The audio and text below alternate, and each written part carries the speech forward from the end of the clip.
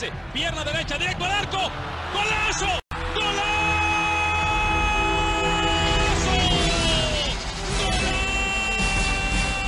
The world of football with a soccer perspective.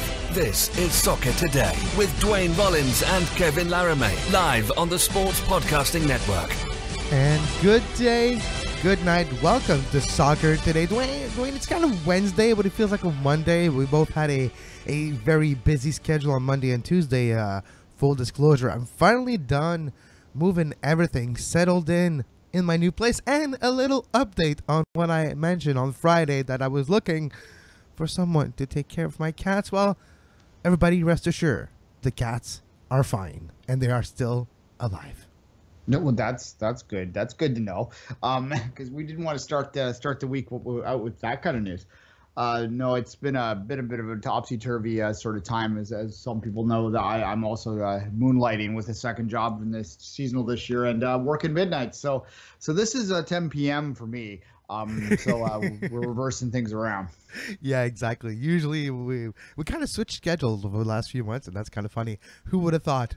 Me, the night owl, Duane, the morning person. Now it's kind of like the opposite. But Duane, let's talk about soccer. It's been a few days, and I kind of got the itch. The playoffs. Let's go back to Sunday. Let's talk about Vancouver for a second. Vancouver, Seattle. Yeah, a 0-0 playoff game. Yeah. Sorry. You there, Duane? You there? Did you are still sleeping from Sunday? Yeah. Well, I just told you that I've been up all night. So come on, you don't want me to nod off on that one. No, look, this is the argument in living form against two-leg ties, right? Is that there's nothing, it's a victory for Seattle to get the 0-0. And they go in with that intention, and they're able to sort of grind it down. We did have the little scuffle and all that, and that's how they're hyping it up on TSN. Things got ugly and blah blah blah. Like they're hyping it up like a hockey game, I guess, is what TSN's decided to do there.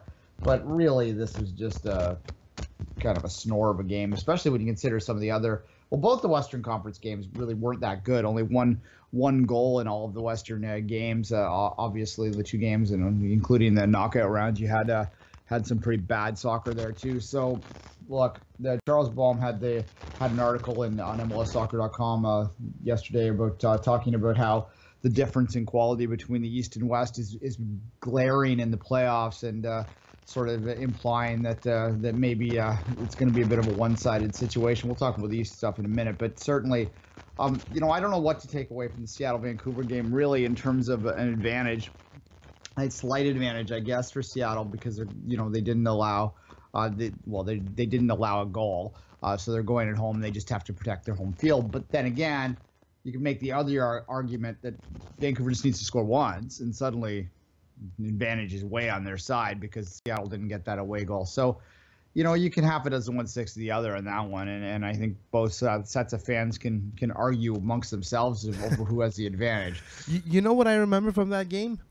Nuhu. Jeez, the cramps and just falling down and 3-4 times. It created like a scuffle in the game after the second time that Vancouver had the ball and knew who's down and like, you know what, we're not going to kick it out.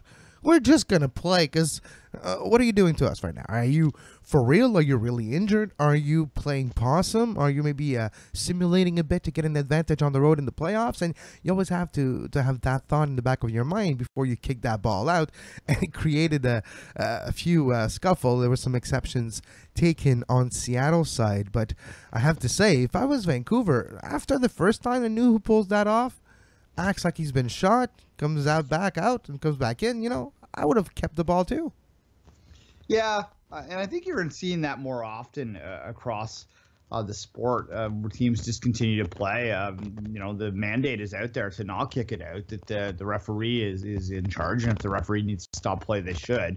I think that's the way to do it. I mean, the whole fair play thing is exactly, you get into situations where what happens if they are play acting, and at what point is it enough? The referee should be in charge in that particular case, and I have no issue with teams that continue to play on. I don't think that if it's it plays in the middle of the field and there's no advantage one way or the other, sure, why not? But if a team's on an attack, I don't think that there's any reason for them to stop moving forward, that they should continue that attack through. And I that's the mandate that they've been given, and let's just keep doing that. Screw fair play. Let's just finish with the Vancouver-Seattle first. Like, going into the second leg now, because it's 0-0, yes, Vancouver did not concede a goal at home, so they will have the advantage if they score in Seattle. But is there truly a team with an advantage coming out of this first leg? No, I think it's half a dozen, 1/6 the other, as I said a minute ago. Look, I don't know. Like, it's a true toss-up, I think. Obviously, if Vancouver gets a goal, especially if they get the first goal, then that's going to change the series immensely. And that's, I guess, how you look at it. If you're a Whitecaps fan, it is really you just go in looking to score a goal. If you score a goal and can protect them, on a 1-1 or something, that is going to advance you. So that's what they need to do. That said, Seattle is a savvy team that won the title last year, playing, not the most attractive soccer at times, especially in that final. And they've proven that they know how to muck it up and muddy the waters and get it done when they need to. And I'm sure, after several years of failing in the playoffs, that they've learned the lesson, and they have a lot of veterans on that team that are going to, know how to get things done. So because it's in Seattle and because they have that experience winning MLS Cup last year, I will give the slight advantage to Seattle in that, just in the experience. But in terms of, literally when you're looking at the scoreline, not much to give either way. I mean, it's 0-0, so what can you really say? It's tied, and it's tied in the most boring and nondescript way possible. Well, speaking of 0-0, let's just move to Houston and Portland, and 0-0 there as well in Houston. But for some reason, I kind of feel that Portland's got the advantage going home. Houston, a team that famously doesn't travel well, this year included, and that's the likes of Kubo Torres and company and Alex when they travel, and not necessarily the best travel. And Houston to Portland, it's not necessarily next doors, so Portland might have the advantage going to Portland Stadium with Timber Stadium with that 0-0 draw. Yeah, well, conventional thinking there is exactly that Houston was so good at home this year and so poor on the road that they needed to get a result. They needed to get a couple goal lead cushion heading into that second leg. And now that they're at the 0-0, I think a lot of people sort of are tagging Portland to be the favorite in the West based on the way that they finished the season there. They did finish on top, so that would make some sense too. But yeah, it's hard to argue exactly what you're saying.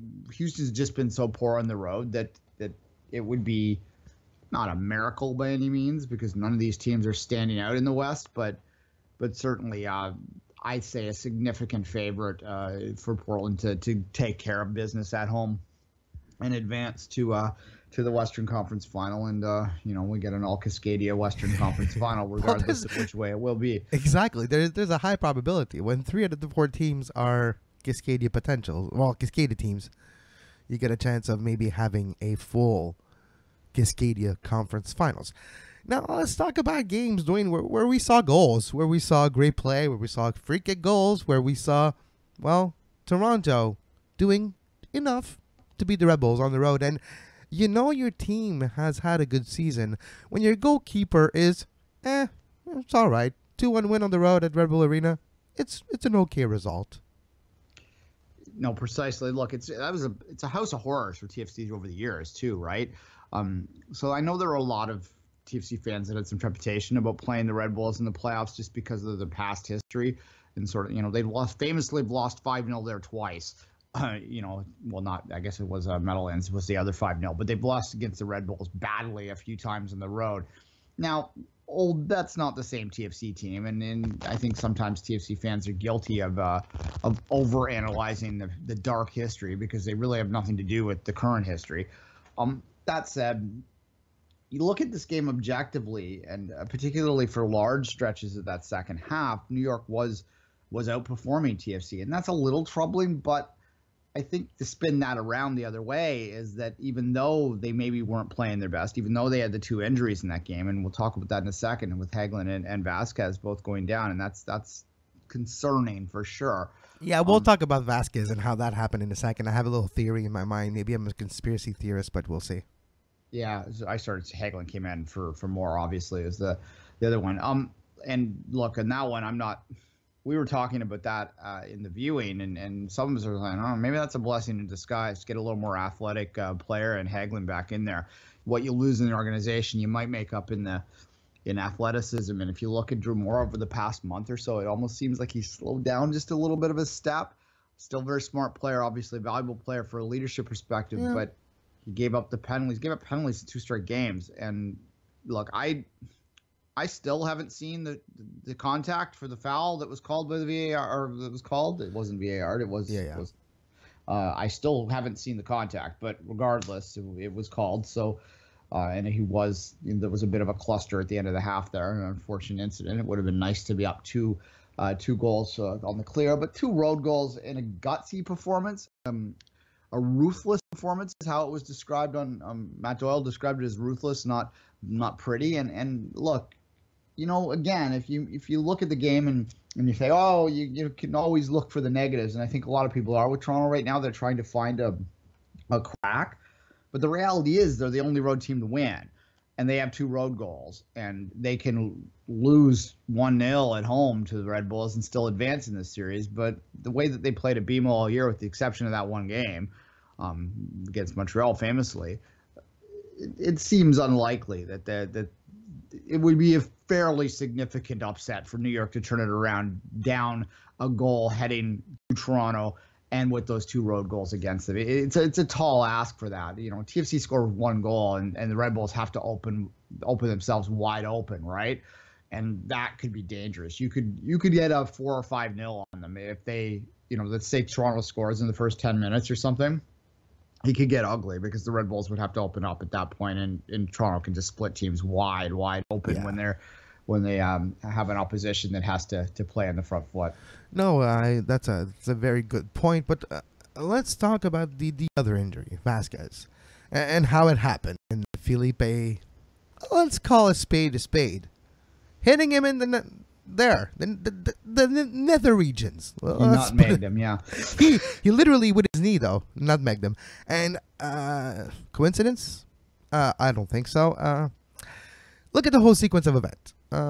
Felipe is asked by Jesse Marsh to come close to the sideline. Jesse Marsh takes Felipe, turns him around, takes Felipe's ear, brings it really close to his mouth, and starts to talk for a good 30 to 40 seconds. And it's a conversation that is like one side. It's Jesse Marsh giving directions to Felipe.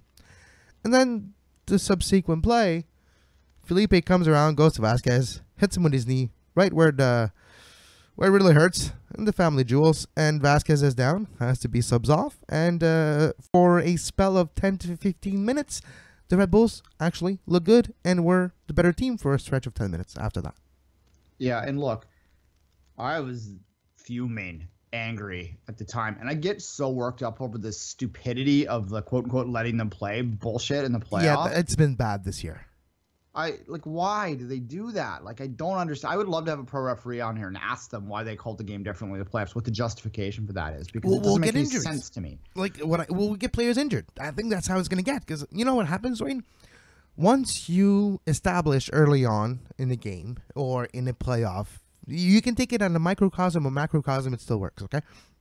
So either a game or a series of game, if early on in that game or in the playoffs, you make a statement call, not necessarily that you call something that's not there, but a foul that is there, that you see, that you call, and it dictates the rest. It moves the line of what's acceptable and what is not.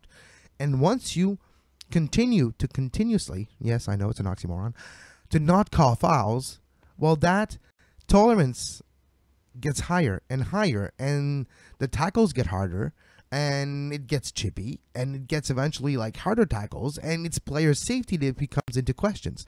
So I actually saw this evolve during games this year so far, where a few non-calls created harder tackles that could have gone down with big injuries, big players with big injuries because of that reason. Yeah, look, they take the skill out of playoff games. It makes no sense to me. don't you want these games that are supposed to be your highlight games, the games that are showing your product to the world? Don't you want them to skill players to stand out instead of letting grunts just hack their way through? It makes no sense. And Vasquez, like, look, it's a he got hit where he got hit. He'll probably be okay, I think, because that just might be an uncomfort thing, and you can recover from that. Drew Moore's injury looks a little bit more lasting because it was a muscle pull. But he was preemptively taken before it becomes a real tear, so maybe he'll be okay. The lucky thing is this year there's maybe a day more of rest between playoff games in this week, so maybe he'll be available at least for part of the game. Yeah, Sunday at 3:00. Obviously, the game's there. Look, unfortunate, and it's just he didn't even get a yellow for it. That's what I don't even understand. Like, Felipe, man, how do you get away with that? It arguably could have been red. Watch Felipe closely for a few years when he was in Montreal, and the one thing about Felipe, he's really good at hiding what he does on the pitch. He's really good at doing stuff without nobody seeing what he does. I know it's an easy explanation here, but when you look at Felipe, the way he controls his arms, his legs, is flailing around. It's not done just for show. It's done because I think he's a magician. I wouldn't be surprised if Felipe has some illusionist background, because he distracts your attention. You're not looking necessarily at his knees because of his face expression and his arms. You're looking at his upper body, and he kicks the guy where. So, in misdirection, I think Felipe is a magician. He's got a little Claude Lemieux in him, to use a hockey reference from way back. a little Claude Lemieux mixed with some David Copperfield. Not bad. Yeah, there you go. All right, we should talk about NYCFC. Hashtag save the crew. Hashtag NYCFC might need some saving. 4-1. And what is it with it? Patrick Vieira, before the game started, was stressing how they were planning to play positively and they weren't going to, change how they play in the playoffs. And after 2 seasons of this, on one hand, you can't really compare last year with this year, but on the other hand, maybe you can. When you lose 7-0 to Toronto in a 2-game aggregate series last year, and then, and you can make the argument maybe that happened because they got behind the 2 goals on the road, and then TFC TFC took the 2-0 lead into the second leg, and once they scored that third goal on the road, New York had to open up and blah, blah, blah. So maybe you can make that argument, but then they go and they lose 4-1. Now, this was against 10 men. They only had 10 men, I should say. Obviously, the red card for a large portion of that game changed things. But come on, the 11-1 in 2 playoff series in 3 games. I mean, this is something that you have to look at.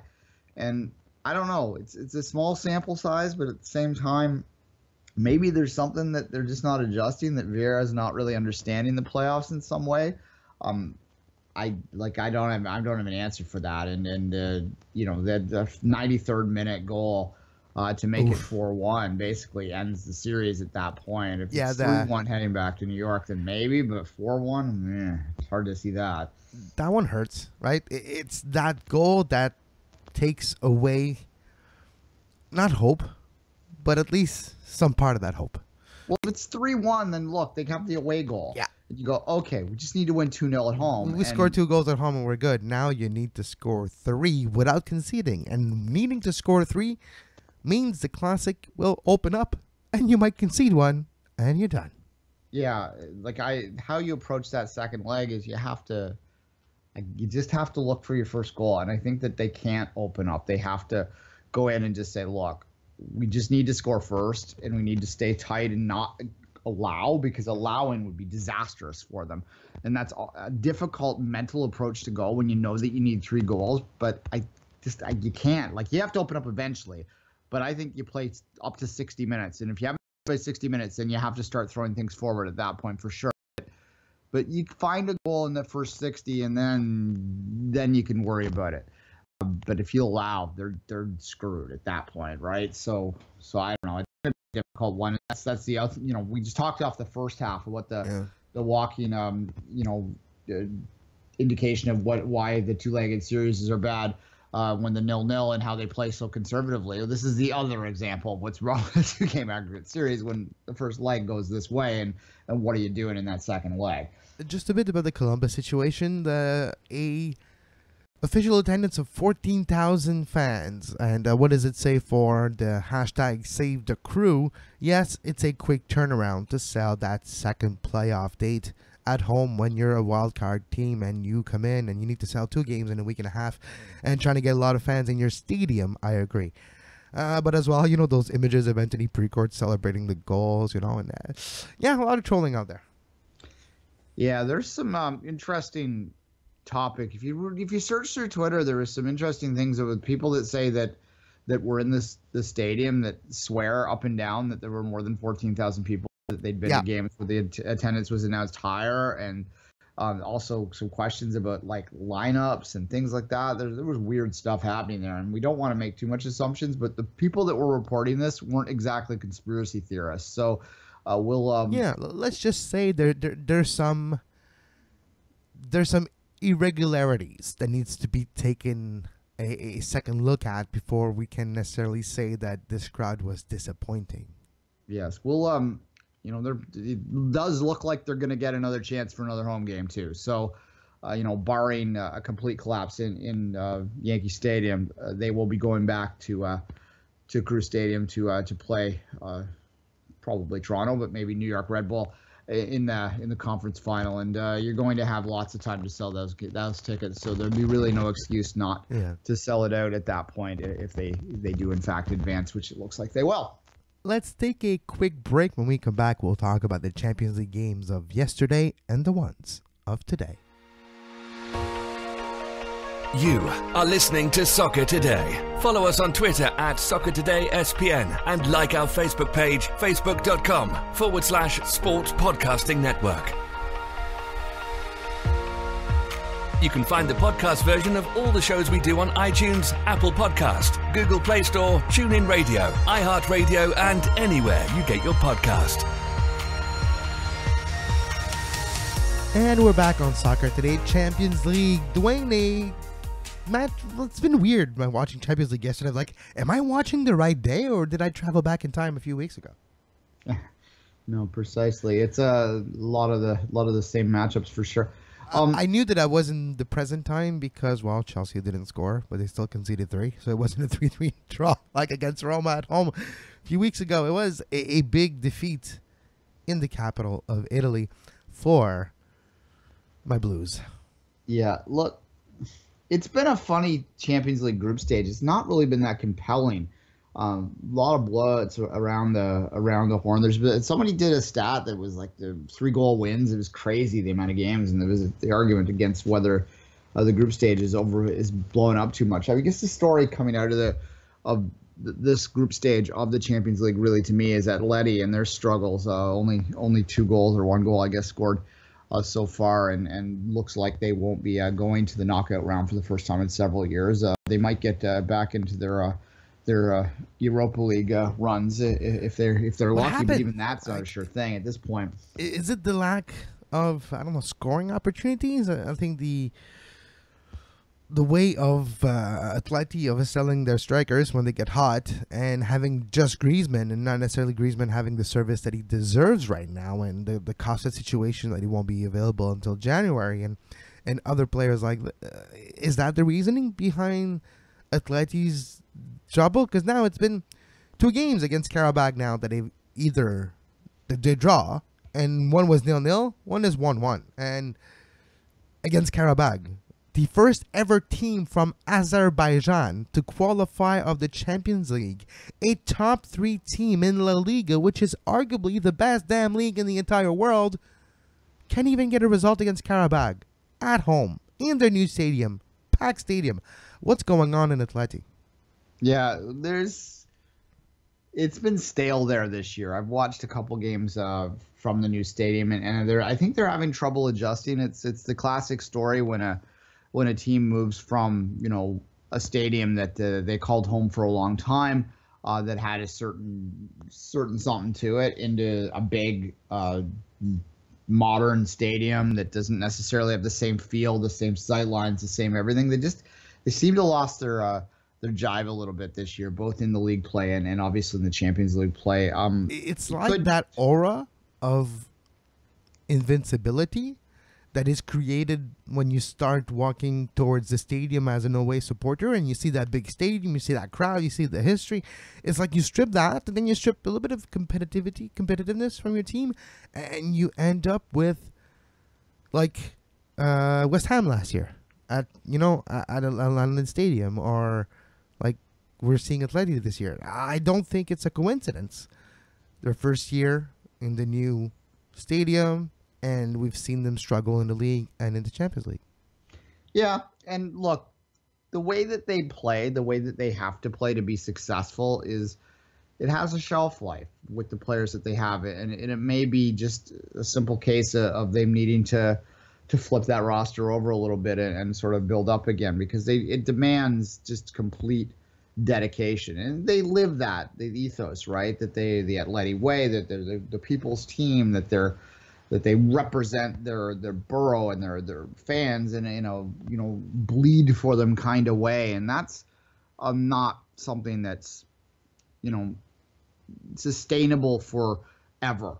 Eventually you're going to have to either find some more skill there or rotate through and get some new people to bleed, because if things aren't going perfectly, then it's hard for them to grind out results and get those 1-0 so as they were doing so successfully in the past. But certainly it's good for Roma. Roma, I think, is having a hell of a Champions League run this year. They might be the upset team here for sure. 8 points to 7 up on that first place. Atleti still has a chance, but they need to win out from here and hope that they get a little bit of action from there. But certainly, you gotta give credit to Roma and a good credit to Karabag. After Chelsea beat them quite easily to start the Champions League a few months ago, I'm kind of impressed by their play, and it's not just at home; it's on the road. And good on you, Karabag, for not being one of those teams that just get blown away and just makes a presence at the Champions League. But let's talk about another team, Duane, that's going and having an amazing Champions League run, an amazing run period. 5 goals yesterday, 3 for Kurzawa for Paris. And Duane, in life they say that love helps you, but if you find someone that looks at you the way Kurzawa looked at that corner flag when he danced with it, you're going to be happy in life. And there you go. PSG is the favorite to win the Champions League right now, I think. By far, hands down, at least the most entertaining soccer team I've seen in a long time, and they're pretty damn good. Yeah, look, they obviously don't have the history and the competition of the other clubs, but you look at what Barcelona has. They draw Olympiacos yesterday, so that's a bit of a slip up there. You look at Real Madrid and their problems, and the loss to Girona on the weekend too. That was something that we haven't talked about, but certainly an historic and politically charged loss. That that's true. But the Catalonian team. Don't know why I'm laughing though, but yes. Yeah, it's hard to argue that PSG is not the favorite. I mean, looking on to today's games, obviously, City's playing pretty well in the league, but I don't think they're looking anywhere the same as PSG in the Champions League. So it's hard to put them in the same wavelength. Oh yeah, Duane. Because we do it a little later now. Damn, savings time. I don't like games at 3:45. I have to tell you, 3:45 p.m. Eastern. It's like just a little too late to make my routine all out of whack. I'm used to watching it at 2:45. What are you doing to me? It's only for 2 weeks every year. Yeah, the weird one. The time where we're like, we're 6 hours difference now. What's going on? It is nice for the 7:30 kickoff is 8:30 in the weekend. That is something. That makes a big difference too. From 7:30 to 8:30, yeah, that's an amazing difference. But all right, let's talk about today's game. You mentioned Man City. They're traveling to Naples in Italy, Napoli, to face Napoli. Liverpool, Maribor, another interesting matchup. Liverpool actually are not necessarily on the mends, but they've played a little bit better, at least in the last few games. Yeah, and look, they got a fairly easy group, and they are taking advantage of that, and look pretty comfortable to get out of that at this point. The game, Napoli Man City is probably the matchup it's obviously the matchup I'm going to be watching it. Spurs Real Madrid obviously is a big one there too. I think Besiktas Monaco might be the one that might be the most compelling one for me, just because of the Atiba and the fact that Besiktas has played so well so far in the Champions League. I would love to see them get to a knockout round and to get a prime matchup, basically, so I can see Atiba play, Real Madrid or something. Like, that'd be nice for Canadian fans. Again, you look at these matchups though, and it's like it's hard to get worked up for them in the same way. It's like, can we just get to the knockout round, please? Yeah, exactly. Can you just take out 50% of those teams and just leave me with the good ones? Send them to the Europa League, because it's more fun in the Europa League when they're, because they're kind of in a crazy mix there, and we don't know what's going to happen. But Duane, I gotta. So, are we going to feel the same way when we have a 48-team World Cup? Is it going to be the same type where, oh man, did you see that Liechtenstein versus Mexico game? Oh, it finished 10-0 Mexico. Can't wait to have competitive games in the World Cup, If Liechtenstein makes the World Cup, I'm going to be excited to see that. But yes, that would be something. No, yeah, that is the problem with that. I hate the 3-team groups, but we have a long time to worry about that. We'll probably be doing 3 podcasts a day by then. So probably. That's the good thing now. Having I have an hour less commute a day, so it probably means one more show. That's probably at the end of the day we'll need one more show per day. There you go. All right. Well, there you have it. Anything? Yeah. I don't know. Spurs Madrid is your matchup of the day, I suppose. But yeah, just get me to the knockout round at this point in time. You look at these standings, and they're like it's fascinating to me, like from how lack of competitiveness. There's no real compelling stories in any of these groups that are really jumping out. The group of Roma, Chelsea, that's probably the group to take. Like, if you want a competitive game, that group has been competitive and at least entertaining. That 3-3 draw, Chelsea-Roma a few weeks ago, yesterday 3-0 win from Roma, has been entertaining. Here's one, Duane. For you, like, you mentioned to me a few weeks ago, you said, oh, Chelsea-Roma, it's going to be a good game, and you were right. For me, my sleeper for today, Sevilla Spartak Moscow. When they played a few weeks ago, it was a cracker of a game in Moscow. Spartak Moscow is a bit of a weird team in this, and the Russian teams are hard to peg sometimes too in the Champions League. They're tough travels, obviously, into them, generally speaking, and it really depends on where they are. And Spartak's not the traditional team. The CSKA really is their traditional strong team there, but Spartak had a great season last year. Started a little bit slow this year, but have sort of come on, and they're 5 points. They're right in that mix to advance.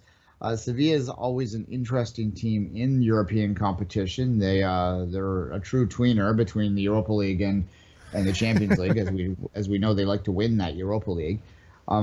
It's good times coming. You're right on that one too. And I said Liverpool looked pretty good to advance in this. Maybe I misspoke a little bit. 5 points, 4 points there. Even Maribor is still hanging around with one. Yeah. If they got to win, they could. Yeah, but it might be the only point they got, though. That's the thing. Yeah, well, they're minus 10. 1 goal for 11 against. So it's not minus 10. That's nothing, Duane. I've seen minus 21s before. In the playoffs, yes. Didn't last very long in the playoffs. No, it didn't. Right. Looking at you, the Quakes. But it's going to be a good day of soccer. And we'll be back tomorrow to talk about this Champions League, to preview some more games of the weekends, and to look at the world of football with a soccer perspective. As always, you can follow Duane on Twitter at 24th Minute and myself at Kev Laramee. Until tomorrow, as always, for Duane, have a great soccer. You can find the podcast version of all the shows we do on iTunes, Apple Podcast, Google Play Store, TuneIn Radio, iHeartRadio, and anywhere you get your podcast.